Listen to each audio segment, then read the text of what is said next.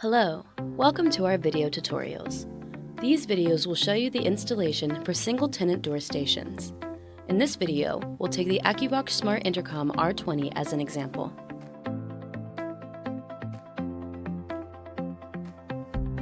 First, we will discuss product unpacking. Always check that you have the correct mounting hardware for installation. We have two types of installation hardware: the wall-mounted and the flush-mounted installation. The one on the left is for flush mounting, and the one on the right is for wall mounting. We might only need one of them, so always check that you have the correct mount before installation.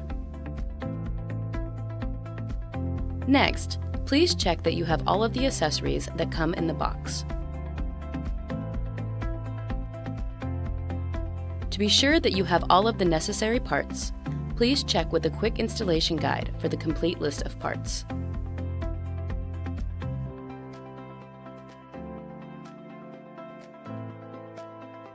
There are many different kinds of physical interfaces on the device, as you can see on the screen.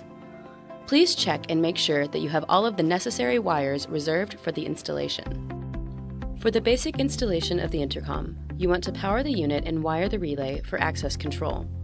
To power the device, we need one UTP cable with PoE and wires for relay connection to corresponding pins. If there is no PoE, you can also use the 12-volt direct power input by using an adapter or PoE injector. Here, we have some examples to show the different wiring connections. Ethernet connection with Cat5 or Cat6 cable. Direct 12-volt power input wiring. Relay wiring for access control. RS-485 wiring for some RS-485 supported devices, such as elevator control units. Wiring of input devices, such as exit buttons and sensors. Thanks for watching. We wish you a pleasant experience with Akuvox.